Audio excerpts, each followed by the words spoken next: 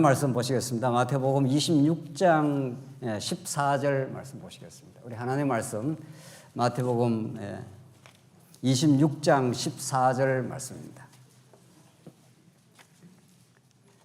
찾으신 줄 알고 봉독 드리겠습니다.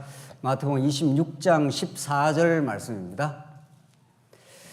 그때 12 중 하나인 가룟 유다라 하는 자가 대제사장들에게 가서 말하되 내가 예수를 너에게 넘겨주리니 얼마나 주렸느냐 하니 그들이 은 30을 달아주거늘 그가 그때부터 예수를 넘겨줄 기회를 찾더라. 16절까지 우선 봉독드렸습니다. 우리는 지금 마태복음 마지막 단락 예수의 제사직에 대한 복음 진리를 우리가 확인하고 있습니다. 이제 십자가로 예수님이 이제 한 걸음 한 걸음 이제 가면서 구약의 모든 언약, 구약의 궁극적인 하나님의 뜻, 하나님의 자기 계시를 십자가라는 방식을 통해서 하나님께서 성취하시는 인류 역사 가운데 최대의 드라마 같은 그런 우리가 계시 진리의 말씀, 그 사건을 우리가 지금 오늘 지난 시간부터 지금 살펴가고 있습니다. 이것이 얼마나 정말 흥미진진하고 정말 심도 있고 놀라운 복음의 깊은 뜻을 우리가 담고 있는지 하나하나의 사건 자체가 하나님이 기획하시고 하나님이 주도하시는 드라마 같은 역사입니다. 우리 지난 시간 그 내용이 어떤 내용이 있었습니까? 예수님께서 이제 당신이 왕이시고 이 땅의 심판주이심을 마태복음 24장, 25장 종말론적 심판주이심을 다 가르쳐 주시고 26장부터 이제 우리 지난 시간부터 예수님의 죽으심, 이제 예수님의 영원한 제물 되심, 이제 또 포괄적으로 제사직에 대해서 이제 전개되면서 예수님께서 내가 이틀이 지나면 유월절이라 인자가 십자가에 못 박히기 위해서 그날 8일이라 이렇게 예수님께서 예고를 했습니다. 이미 이틀이 지나면 이제 구약의 유월절을 그 시대가 얼마나 실제로 지켰습니다. 엄청난 사람들이 그 예루살렘에 모여서 구약 전통을 지켰는데 이제 그런 옛 언약의 방식을 이제 종식시키고 예수님이 새로운 새 언약의 성취자로 오셔서 유월절날 내가 십자가에 못 박히겠다 이렇게 말했지 않습니까? 이제 그런데 그때에 예수님이 여기서 이제 말하신 거죠. 예수님이 제자들한테. 근데 이 사건 이렇게 예수님이 하시는 내용은 전혀 모르는 대제사장들, 백성의 장로들이 가야바라고 하는 대제사장의 관정에 모여서 그때 착착 예수님에 대한 이제 흉계를 꾸밉니다. 음모를 하는 거죠. 예수 저거 죽어버려야 되겠다. 저거 놔두면은 점점 백성들의 마음을 다 끌어가기 때문에 이제 죽여야 되겠다 하면서 뭐라고 했죠? 기억나십니까? 이 명절, 유월절에는 하지 어떻게 해요? 말자 이렇게 했죠. 예수님은 유월절날 내가 죽는다 이렇게 예고를 하셨고 이들은 자기들끼리 모여가지고 유월절날 예수님 죽게 되면은 밀란이 날지도 모른다. 예수를 따르는 사람들이 반란을 일으켜서 이 나라가 내전이 일어날 수도 있으니 그날은 하지 말자 이렇게 계획을 세웠습니다. 그 계획대로 됩니까? 안 됩니까? 안 됩니다. 그 계획대로 안 되기 위해서 누가 움직입니까? 하나님이 움직이는데 하나님이 이제 궁극적으로 기획자이시고 연출자시니까 하나님이 모든 걸 움직입니다. 이제 예수님이 여기 계시고 여기 이제 대제사장들 그 당시 종교 지도자들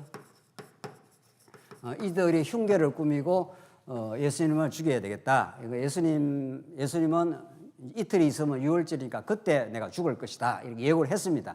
그 예수님의 예고대로 되는 거죠.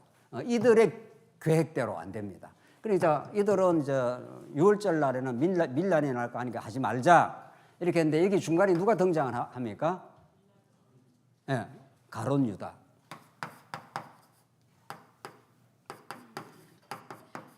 그러니까 하나님이 총연출자이시니까 이 드라마의 총연출자시니까 이제 등장인물이 이렇게 등장을 해야 될 거 아닙니까? 그렇죠. 무슨 우리 드라마도 그렇고 극중 인물이 착착착 등장합니다. 그러니까 예수님은 6월절 날 죽을 것이다. 내가 십자가에 못 박혀 죽을 것이다 했는데 이들은 그렇게 하지 말자는 거죠. 실세는 누굽니까? 이 역사 현장의 실세가 누구죠? 실세, 실권자. 당연히 이 사람들이죠. 이 사람들이 예수님 잡아올 수도 있고 뭐 마음대로 할 수 있습니다. 죽이는 권한은 이제 로마가 있습니다. 로마 권세가 이제 빌라도가 이렇게 있는 거죠.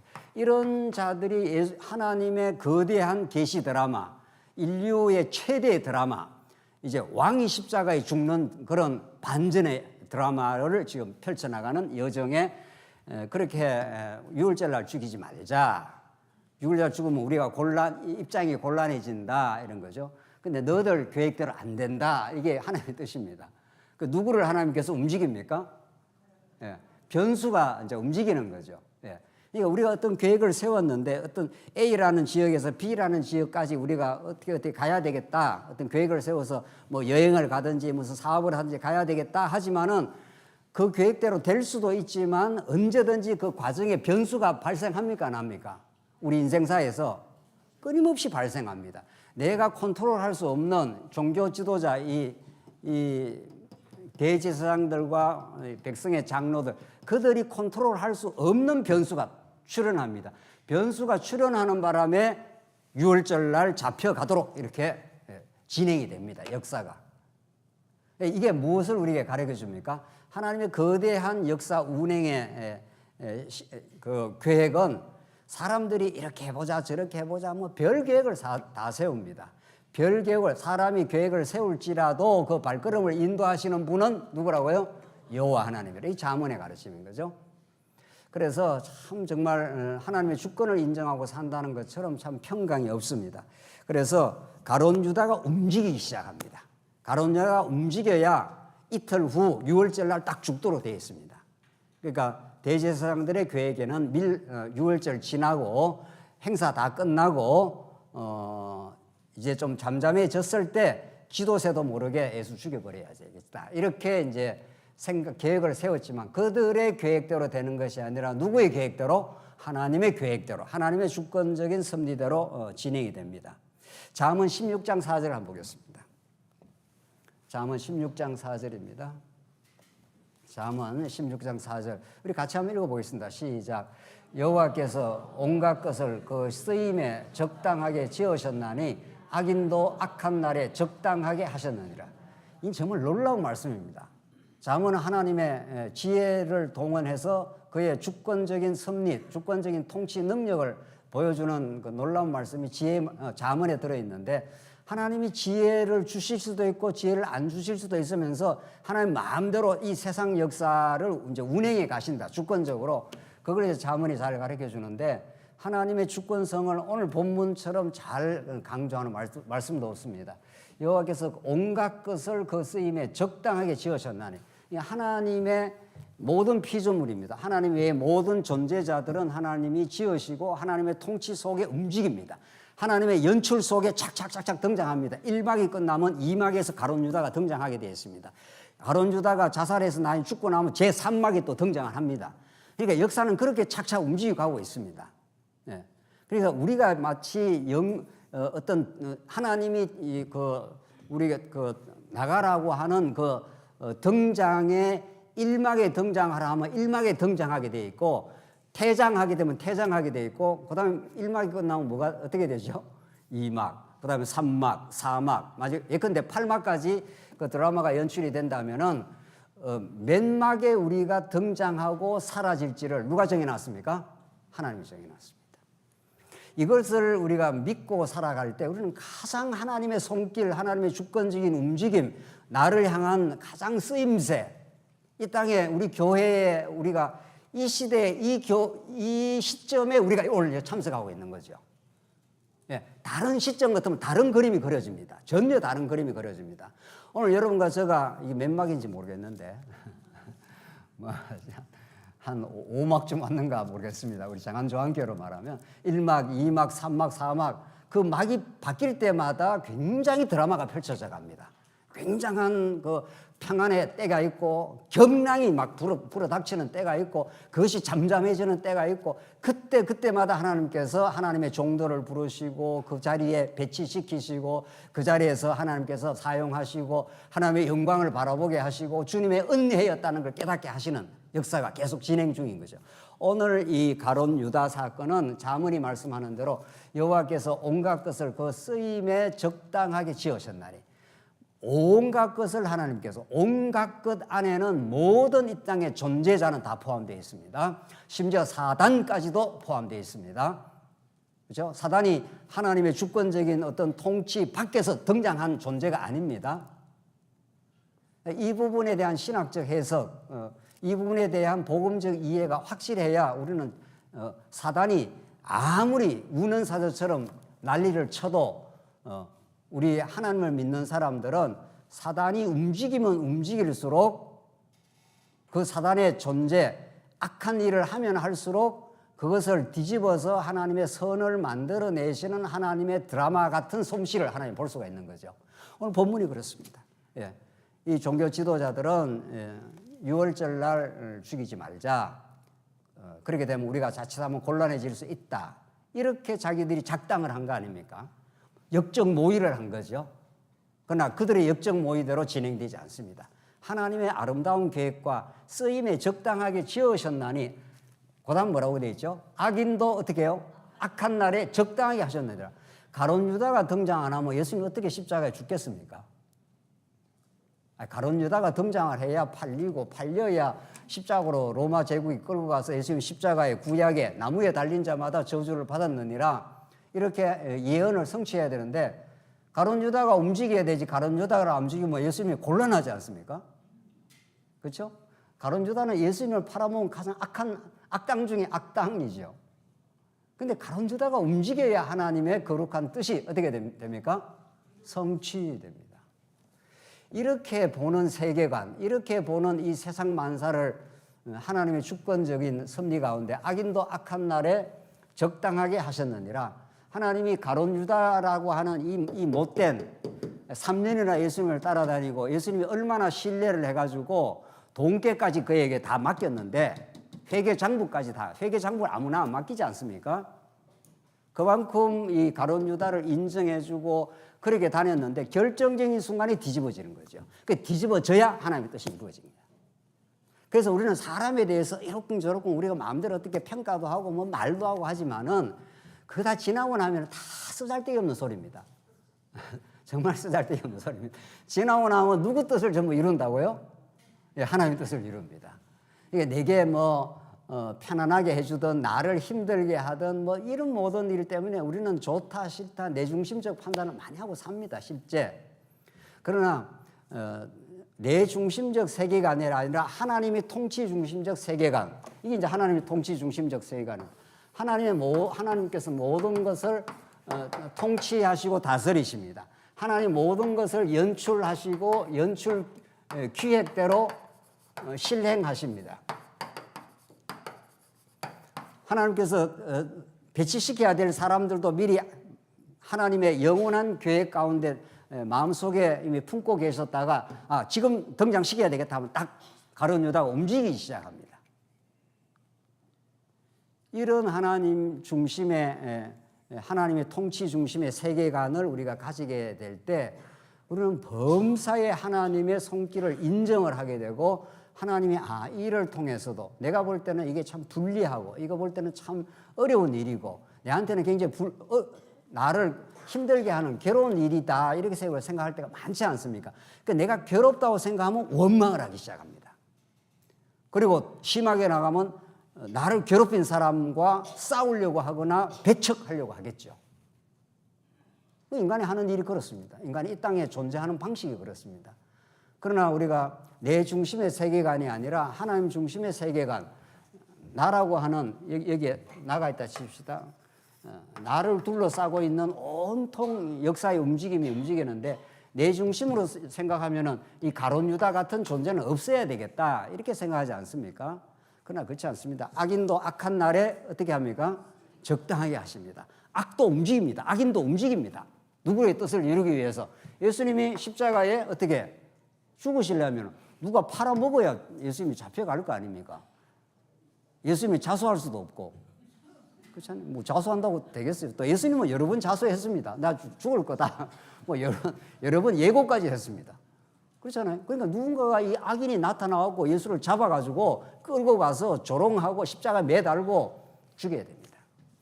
그래야 하나님의 뜻이 이루어집니다. 우리가 언제나 듣는 말씀이 이런 말씀입니다. 이게 하나님의 중심의 세계관, 하나님 나라 중심의 세계관입니다. 이게. 그래서 예수는 왕이시지만 이제 제사직을 가지고 예수님이 십자가로 세우시는 하나님 나라를, 그걸 우리가 오전에 그렇게도 우리가 많이 강조해왔던 제사장 나라입니다. 예, 실로에다가 뭐를 세운다고요? 회막을 세워서 땅을 분배해주는 그런 나라. 그게 제사장 나라입니다. 하나님의 아들이 이 땅에 제물로 와서서 십자가에 피 흘려 죽는 나라입니다. 그것이 하나님의 영광, 하나님의 은혜, 하나님의 살아계심, 하나님의 무한한 자비하심을 가장 드러내는 그 자리가 십자가니까. 그게 제사장 나라니까 말이죠. 이게 구약과 신약이 딱딱 들어맞습니다. 너무도 이게 앞뒤가 정확하게 맞아떨어지면서 하나님의 자기 계시가 언약적으로 그 나라를 방식을 통해서 최종적으로는 십자가라는 그 방식을 통해서 이루어집니다. 이걸 우리가 왜 들어야 합니까? 오늘 왜 이 오후 시간, 이 소중한 시간에 이런 말씀을 왜 들어야 되느냐는 거죠. 왜 들어야 되느냐 하면은 이런 하나님의 연출, 하나님의 기획, 하나님의 반전의 드라마, 죽으시지만 살려내는 그 반전의 드라마를 기획하시고 연출하시는 하나님의 계시 말씀을 안 들으면 인간은 끊임없이 자기 중심입니다. 나서 지금까지 누구한테 뭐 학교 가서 안 배워도 인간은 막 나서 똘똘 뭉쳐져 있습니다. 인간은 자기 영광, 자기 중심, 자기 정명, 모든 게 자기 중심입니다. 그러니까 하나님 중심, 하나님의 세계관, 하나님의 통치, 이런 것들이 인간에게는 없습니다. 인간의 사유 방식 속에는 그런 게 없습니다. 학교 가서 배우는 모든 철학, 과학, 이것도 인간의 타락한 인간의 자기중심 세계관을 강화합니다. 학교 가서 배우면 우리 아이들, 뭐 학교 뭐 보내지 말라는 뜻은 아니에요. 열심히 배워야 돼요. 예, 학교 가서. 그걸 배워도 그걸 성경에 의해서 재해석을 하고 비판적 재해석을 하면 됩니다. 그걸 재해석을 하면 됩니다. 근데 성경을 안 배우면 학교 가서 배우는 게 다 네가 잘났다, 네가 열심히 해라, 네가 좋은 학교 가서 네가 똑똑하게, 네가 강하게 살아라, 뭐 다 그런 말이에요. 인간이 주인이다, 인간이 땅의 주인이다, 뭐 그런 거예요. 그 성경은 그렇게 말한 적이 없습니다. 성경은 하나님이 너를 지으시고, 하나님이 너를 이 땅까지 인도하시고, 하나님이 너를 사랑하시고, 너 주변에 존재하는 모든 존재자들이 너에게 피곤하게 하고 힘들게 하고 어렵게 하고 때로는 너를 도와주고, 이 모든 사람들이 다 너의 유익을 위해서, 너의 신앙을 위해서 존재한다, 이런 뜻입니다. 이거 아멘 해야 되는데 아멘 안 하고 싶은 거예요. 내한테 좋은 사람만 자꾸 와야지 나를 괴롭히거나 나를 힘들게 하면 아멘이 아니라 노멘 이렇게 되는 거예요. 싫은 거예요, 당장. 그 자아가 살아있으면 그게 싫은 거고, 예수 십자가에 자아가 못 박혔다고 믿으면은, 자아가 부인이 돼 있으면은, 맞아, 나를 힘들게 하거나 나를 괴롭게 하거나 나를 늘 성가시게 하는 어떤 존재, 어떤 사장, 어떤 뭐 직원, 이 모든 사람들이 나를 나대게 하는 것입니다. 합력하여 뭐를 이룬다고요? 선을. 말은 잘하시잖아요. 얼마나 저도 말을 잘합니까? 합력하여 다 선을 이루다고. 집에 가서 조금만 있으면 합력해서 선을 이루는 게 아니라 왜 인간이 이루냐 이렇게 나와요. 이걸 어떻게 말리느냐고요. 이거를. 인간은 말려지지 않습니다. 인간은 끊임없이 자기 죄성을 강화하고 계속 그렇게 살고자 합니다. 그래서 예수 십자가가 필요한 겁니다. 그래서 예수님의 십자가가 여기에 정말 고독하게 혼자 모든 제자들이 다 도망치고 고독하게 달려가는 그 십자가 우리한테 소망입니다. 그가 십자가에 죽으실 때 여러분과 저의 이름표를 전부 달고 죽었습니다. 김 아무개, 이 아무개, 최 아무개 다 언약 백성 모두를 걸머쥐고 예수님이 십자가로 갔기 때문에 예수님 십자가 죽으실 때 우리도 함께 죽었다. 로마서 6장. 예수님이 살아나실 때 우리도 함께 살아났습니다. 근데 이걸 성경을 못 깨달으면, 성경을 배우지 않으면 그런 사실을 모르지 않습니까, 우리가? 저는 교회 다닐 때 성경을 전혀 몰랐을 때 나는 내 인생의 주인이 난 줄 알았어요. 그러니까 내가 주인이니까 내가 열심히 해요. 내 생활을 내가 책임져야 되니까 열심히 공부하고 막 이렇게 해서 그래도 뭐 적당한 직장이라도 좋은 직장을 가야지 이렇게 생각한 거예요. 이게 너무 인생이 고달퍼요. 그러니까. 공부를 열심히 해도 고달프고 좋은 직장을 가도 고달프고 또 그다음 또 문제를 또 내가 책임을 져야 되고 이게 끊임없이 내 인생을 내 것이라 생각하는 순간 모든 걸 걸머쥐고 살지 않습니까? 이사야 48장 우리 이사야 요즘 공부하고 있는데 너는 내 것이라 내가 너를 구속하였고 내가 너를 창조하였나니 너는 내 것이라 하나님이 우리를 내 것이래요. 그 하나님이 우리를 하나님의 소유한 백성으로 불러서 너는 내 것이라기 때문에 그 주인이 알아서 하시는 겁니다. 이제 주인이 알아서 하십니다. 알아서 지금까지 잘 해오셨어요. 너무도 잘해요. 그 잘 해오신 속에 고난도 있고 고통도 있고 형통도 있고 뭐 좋은 일도 있고 내 중심으로 하면 어려운 일도 있고 좋은 일도 있지만 그 모든 것들이 있어야 우리는 옛 자아가 자꾸 무너집니다. 내한테 고난스럽고 고통스러운 일이 찾아와야 내 뜻대로 안 되는 일이 생겨야 비로소 내가 내 인생의 주인이 아니구나를 터득하게 됩니다. 내 뜻대로 자꾸 잘 돼 보십시오. 내가 주인인 줄 알아버리지. 여러분의 뜻대로 지금까지 인생 잘 왔습니까? 한 번도 내 뜻대로 내 뜻이 제가 오래전에 이 말씀을 듣고 어떤 그 자매한테 말씀을 이렇게 전할 때가 있었는데 우리 자매님 이 성경을 제가 알고 나니까 내 인생이 내 뜻대로 안 됩니다. 정말 지나고 나니까 하나님 뜻대로 잘 됐다. 그 자매가 하는 소리가 뭔 줄 압니까? 목사님 나는 내 뜻대로 잘 살아왔는데요 그러더라고요. 이야 참 대단한 사람이 있구나. 내 뜻대로 잘 살아왔대요. 앞으로도 그렇게 살 거예요. 이렇게 말해요. 근데 내가 그 사람의 역사를 알아요. 그리고 한 30년이 지났어요, 지금. 그 후에 그 사람의 역사를 제가 잘 안다고요. 그 자매의 뜻대로 된 게 하나도 없습니다. 그 자매의 뜻대로 됐으면 지금 같은 삶을 안 살 겁니다, 아마.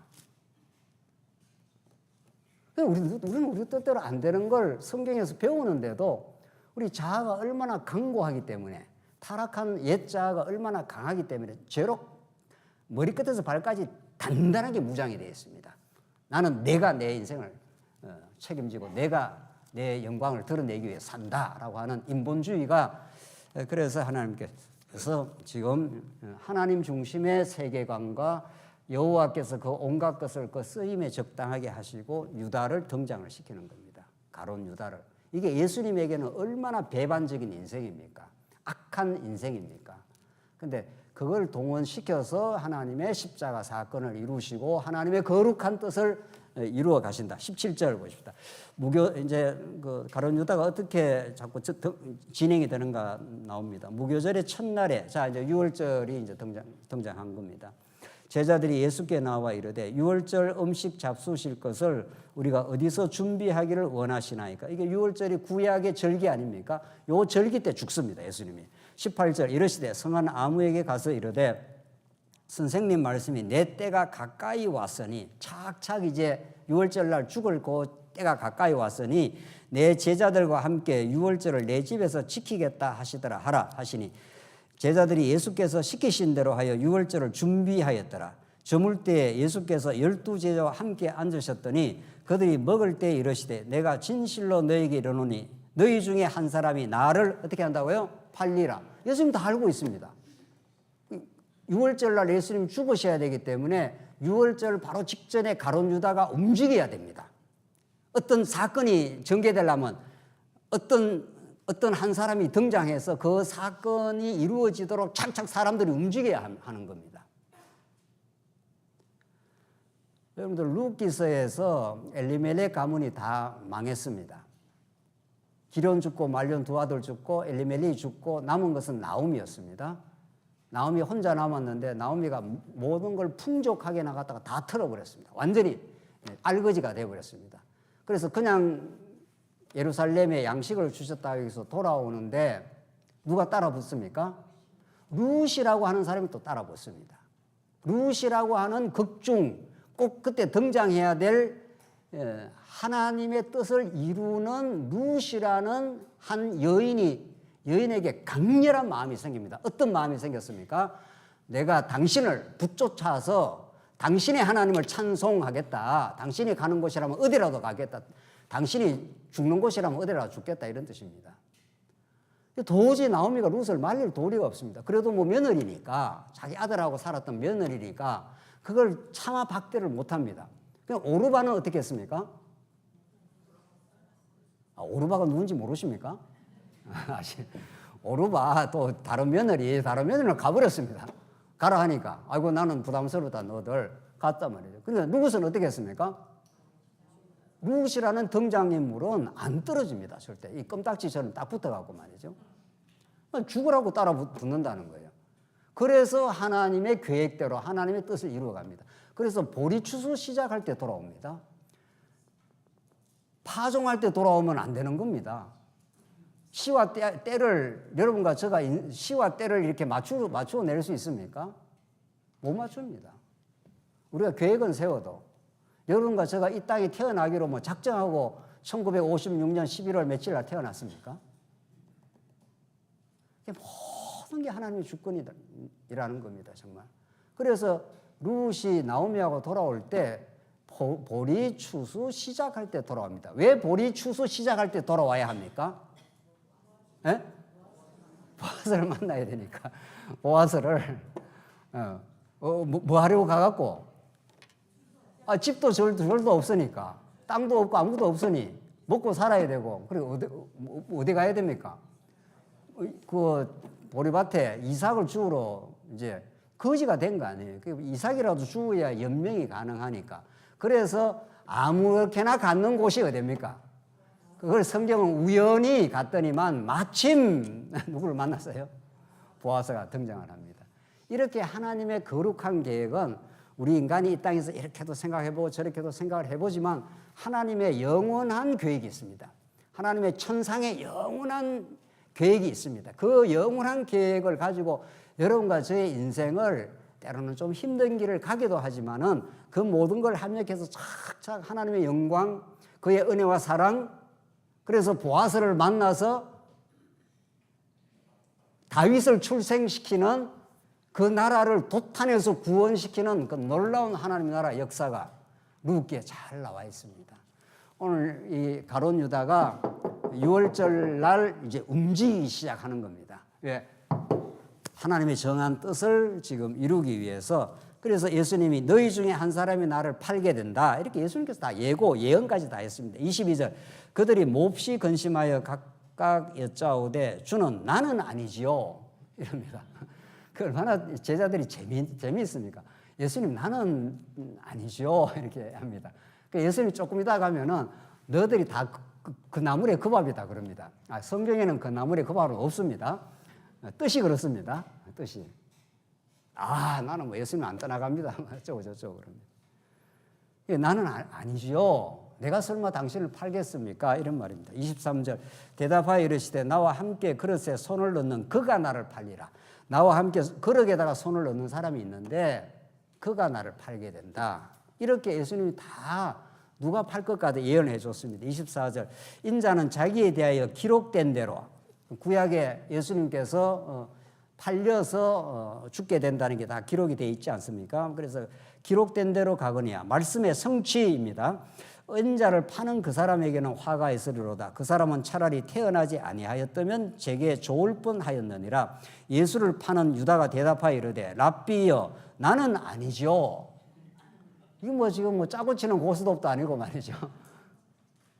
이거 뭐 다 정해놓은 건데. 근데 예수님은 이 정해놓은 프로그램을 드라마 방식으로 착착 지금 전개를 시켜 나가는 겁니다. 유다가 지금 오리발을 내민 겁니다.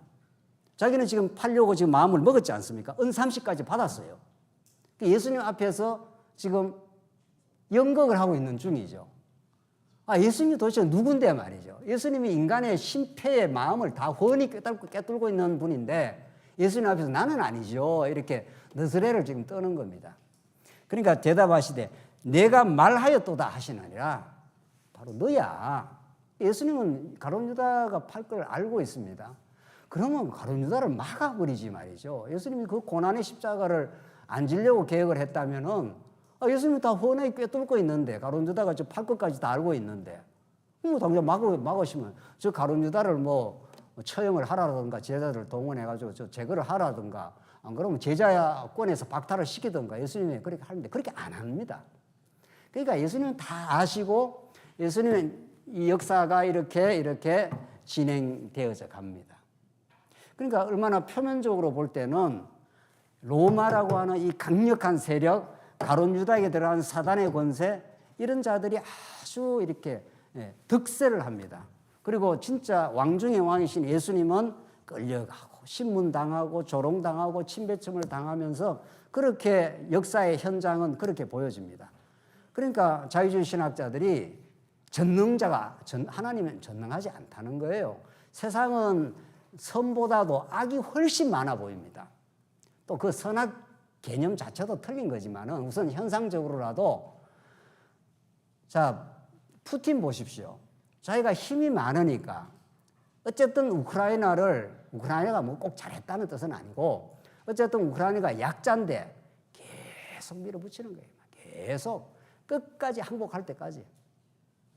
그러니까 악이 훨씬 이 땅에는 더 득세합니다. 이스라엘 보십시오. 이스라엘이 강력합니다. 군대가. 그 가자 지구의 그 팔레스타인은 따지고 보면 그 땅은 원래 주인은 누군 겁니까?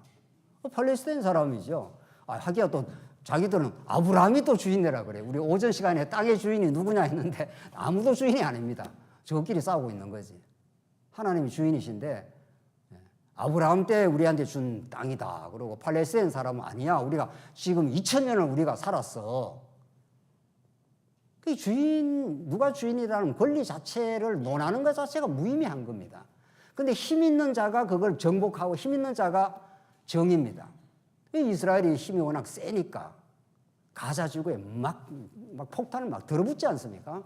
그러면 꼼짝 못 하는 거예요. 저항은 하지만은 힘 있는 자가 정의처럼 보입니다.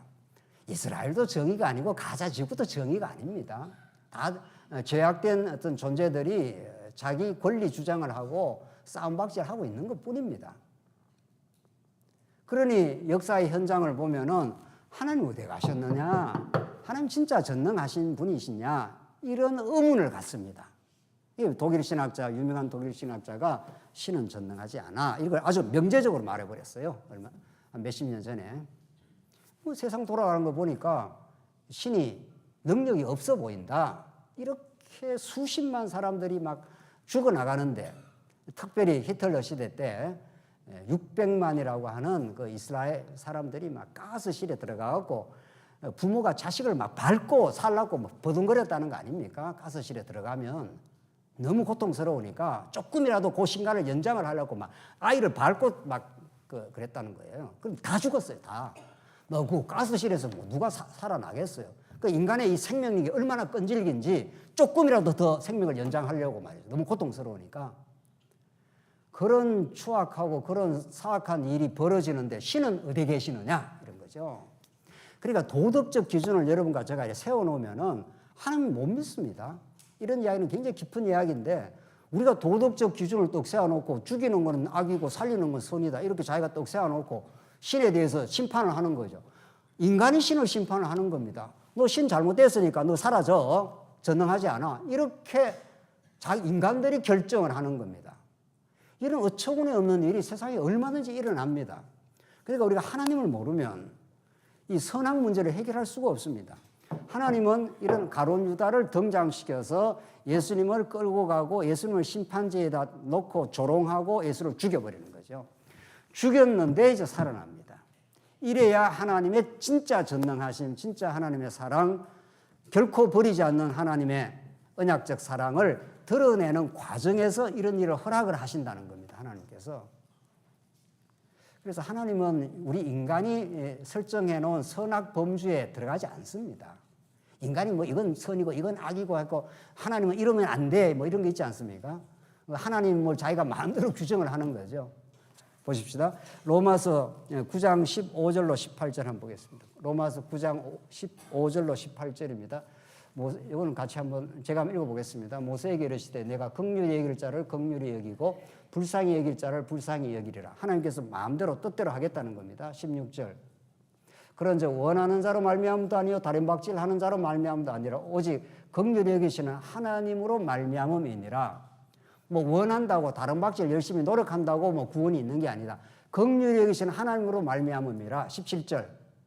성경이 바로가 나옵니다. 이제 지금 우리는 조금 전에 가룟 유다가 나왔고 오늘 이 로마서 9장에는 성경이 바로에게 이르시되 내가 이 일을 위하여 너를 세웠나니 곧 너로 말미암아 내 능력을 보이고 내 이름이 온 땅에 전파되게 하려 함이라 하셨나니. 이게 하나님의 주권적인 세계관입니다. 바로가 이스라엘 백성들을 얼마나 괴롭혔습니까? 400년 동안 괴롭혔습니다. 그렇게 나가려고 좀 우리 내 백성들 해방시켜 달라. Let my people go. 내 백성들을 좀 나가게 해달라고 얼마나 모세가 바로한테 애원까지 다 했습니다. 내 백성들 여기 붙들어 놓지 말고 내 백성들 여호와를 섬기게 해야 되니까 내 백성들을 좀 가게 해달라. 이렇게 애원을 했는데도 끝까지 안 놓습니다. 그 바로가 끝까지 안 놓은 게 아니라 바로의 마음을 하나님께서 어떻게 하셨다고 합니까? 강팍하게 합니다. 또 이건 무슨 일이냐고요. 아니, 그 백성들을 그렇게 괴롭히고 했던 400년 동안 종살이 해가지고 완전 짓밟았던 바로의 권세, 이 악당들 말이죠. 그 악당들을 하나님이 척결을 해야 되지 그 마음을 더 강팍하게 만들어가고 열재앙으로도 못 나가게 만듭니다. 이게 하나님이 하시는 일입니다. 그러니까 하나님을 우리의 조부라운 선악 판단으로 재단을 한다든가 하나님이 이래서는 안 된다 한다든가 이 전부 자기가 주체성, 자기가 마치 신학의 심판자처럼 생각할 때 나오는 발상입니다. 아담이 선악과를 따먹고 나서 자기가 신이 되어버리고 말았습니다. 우리 인간이 다 그렇습니다. 그래서 자기가 심판자고 자기가 선악 판단의 주체가 되어버렸습니다. 그 선악 판단의 주체라고 하는 자를 하나님께서 부수는 게 이 땅의 역사입니다. 아, 내가 주인이 아니구나. 내가 선이다, 악이다. 내가 판단한 내가 주체가 아니구나. 그 주체가 살아있는 한 인생은 괴롭습니다. 왜냐하면 어떤 건 자기한테 좋은 것이 있고 어떤 건 뭐가 반드시 발생하기 때문입니까? 싫은 게 있기 때문입니다. 자기가 선악 판단의 주체가 되어 있는 한 좋은 것도 있지만 반드시 뭐도 있습니까? 싫은 게 있을 거 아닙니까? 전 싫어. 이런 게 있단 말이죠. 가난한 건 싫어. 나를 괴롭히는 사람 있으면 싫어. 이렇게 합니다. 그러니까 예수를 믿는다는 건 내가 선악 판단을 하는 그 주체가 어떻게 되는 겁니까? 없어지는 겁니다. 사라지는 겁니다. 바보가 되는 겁니다. 그걸 지혜로운 바보입니다. 하나님 뜻대로 하시옵소서. 내게 나를 좀 성가시게 하고 힘들게 하는 것도 나를 나대게 하시는 뜻입니다. 나를 사랑해서 하나님께서 이런 환경을 주셨습니다. 그렇게 하나님께 모든 걸 의지하고 하나님의 역사 주권을 믿고 하나님만이 선악 판단의 주체이지 내가 선악 판단의 주체가 아닙니다. 그걸 깨닫게 하려고 누가 이렇게 지금 뚜벅뚜벅 십자가로 가고 있습니까? 예수님이 십자가로 가고 있습니다. 그러니까 언약은 십자가가 아니면은 꽝입니다. 모든 구약의 언약은 십자가를 통과하지 않는 언약 성취는 진짜 언약 성취가 아닙니다. 괜히 언약 성취 지식만 강화가 돼가지고 다른 사람 평가나 하고 비판이나 하지 모든 구약의 언약은 예수님이 십자가 죽으실 때 다 어떻게 해요? 이루었느니라.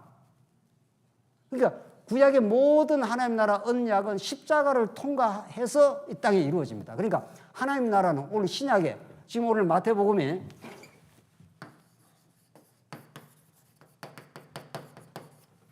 이게 하나님이 이루시는 예수님이 왕이 되시고 예수님이 제사적으로 십자가의 죽으심으로 이루는 하나님 나라입니다.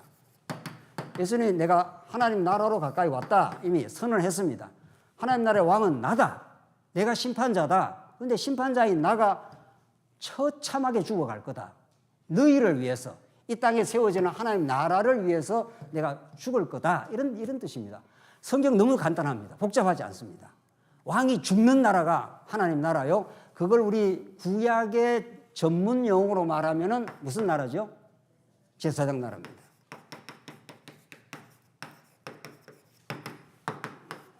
제사를 드려서 하나님의 어린 양 예수 그리스도가 제사를 드려서 죽음으로 세워지는 나라. 이게 성경 전부 다의 메시지예요. 이 나라를 세우는 분이 여호와 하나님입니다. 이렇게 세워진 나라라야 하나님의 살아계심, 하나님의 전능하심, 하나님의 주권, 하나님의 그 무한한 사랑, 그 무한한 사랑을 뭘로 증명을 합니까? 부모가 자식 사랑을 어떻게 증명을 합니까? 예. 뭐 선물 사주면 자식 사랑을 증명합니까? 부모가? 그러니까 모든 이 땅의 부모는 자식을 위해서 고생하기로 작정한 사람들입니다.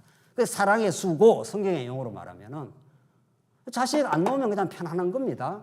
그래서 요즘 현대인들은 자식 자꾸 안 낳으려 하잖아요. 왜? 짐덩어리인 줄 아니까. 애 낳을 때 복통해야지, 이유식 먹여야지, 진자리 마른 자리 다 깔아줘야지, 학교 보내야지, 등록금 대줘야지. 요즘에는 등록금만 대줘가 되는 게 아니고 장가 보내야지. 장가 보내가 끝나지도 않아요. 애 새끼 또 봐야지. 손주 말이에요. 손주. 그 귀엽다고 하는 손주 봐야지. 이거 언제까지 봐줘야 돼 이거. 그걸 부모가 다 하는 걸 우리 젊은 사람들은 아이고 장가 안 갈란다. 뭐 장가는 가도 애기는 안 날란다 지금 그러잖아요. 그러니까 부모는 그렇게 사랑의 수고를 하기로 작정한 사람 이미 애기를 낳겠다 하는 것은 평생을 내가 책임지겠다 이 말이에요. 인간 부모도 지금 그렇게 하는 판인데 인간 부모도 자기가 먹을 거 입을 거 다 안 쓰고 전략해서 자식 위해서 계속 해주고 싶은 거예요. 하여튼 이거는 뭐 못 말려 하여튼 자식 위해서 해주고 싶은 건 못 말린다니까요. 이제 대충 그만해줘야 돼요. 이제 나이 들면. 자기도 노후에 살아야 될 거 아니에요. 근데 너무 뭐 잘해주려고 다 줘버렸어. 나중에 이제 뭐 고생 바가지로 하는 거지 뭐. 어쨌든 이게 이렇게 부모는 사랑의 수고를 하기로 작정을 한 거예요. 왕이, 그 영원한 왕이 죽기로 작정을 한 겁니다. 이렇게 희생 제물이 되기로 작정하고 이 땅에 예수님이 출현을 하신 겁니다. 그래서 하나님 나라를 선포를 하셨는데 그 하나님 나라는 죽어서 내가 이루겠다.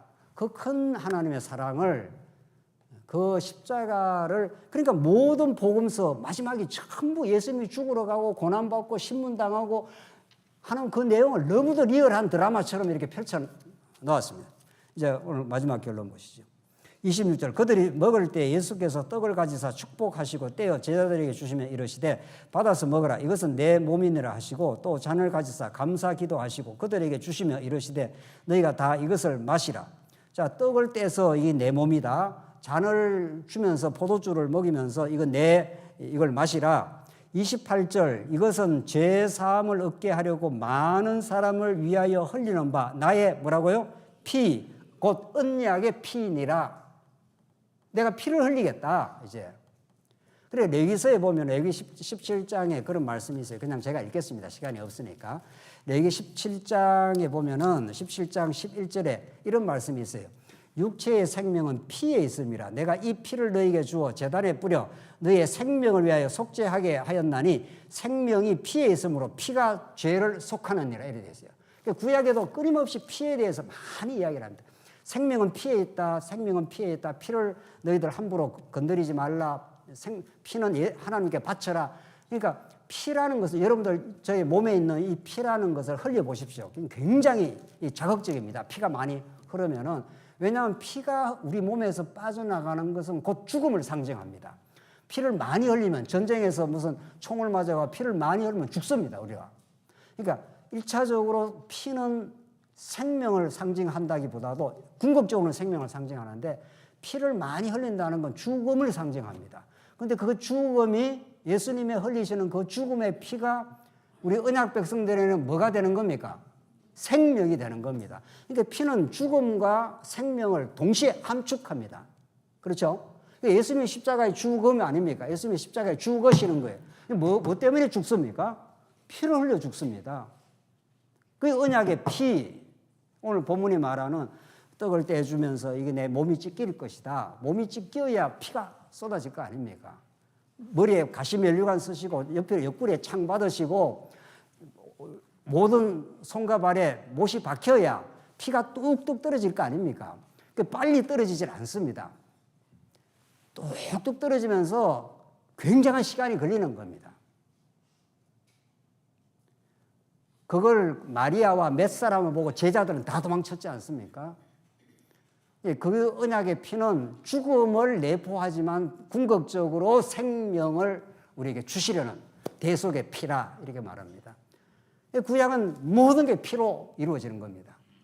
이스라엘에서 애굽에서 나올 때도 문설주에다가 피를 발라서 나오고, 레위기서에서도 피가 생명이 피에 있으니 피를 상징. 그 피라는 건 하나의 죽음과 생명의 모티브를 상징하는 거고, 그것이 하나님의 영원한 생명을 주시겠다고 하는 하나님의 언약적 사건입니다. 그렇죠? 그래서 옛 언약도 짐승의 피가 필요했지만 새 언약에는 그 거룩하신 하나님의 아들이 죽습니다. 이거 읽고 끝내죠. 히브리서 9장 11절로 15절 읽고 끝내겠습니다.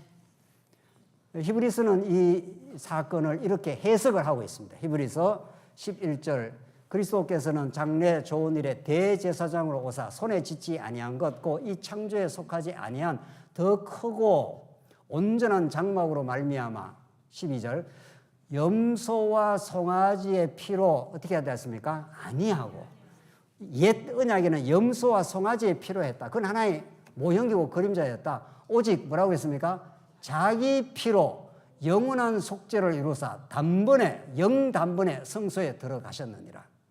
구약에는 또 제사 드리고 또 제사 드리고 양 잡고 송아지 잡고 이렇게 해서 자꾸 그림자로 했다는 겁니다.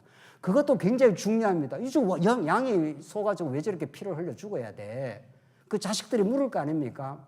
아버지, 어머니, 왜 저거 양이 막 저렇게 피를 흘리고 죽어야 되느냐? 저 피를 가지고 어디에 들어갑니까? 저 지성소에 들어간다. 그걸 계속 그림으로 보여주는 겁니다. 구약에는.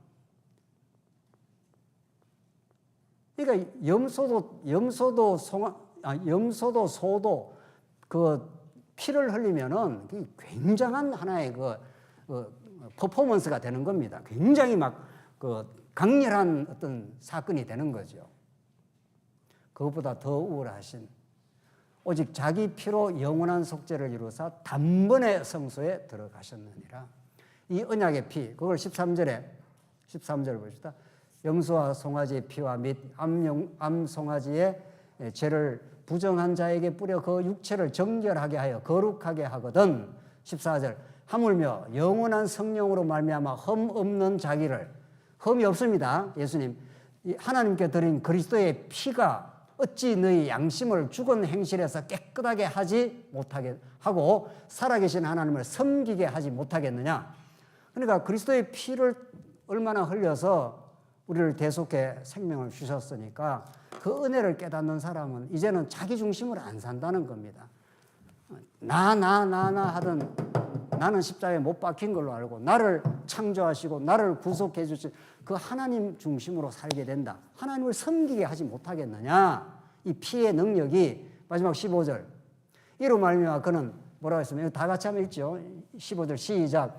이로 말미암아 그는 새 언약의 중보자시니 이는 첫 언약 때 범한 죄에 속량하려고 죽어서 부르심을 입은 자로 하여금 그다음 영원한 기업의 약속을 얻게 하려 함이라. 영원한 천국 기업입니다. 이게 그래서 예수님 십자가를 통해서, 죽으심을 통해서 영원한 천국의 기업이 되게 하시려고 예수님 그 은혜와 그 사랑을 십자가의 방식으로 우리에게 확정하심으로 우리가 이제 나를 위해 살던 우리 인생이 살아계신 하나님을 섬기게 못하겠느냐.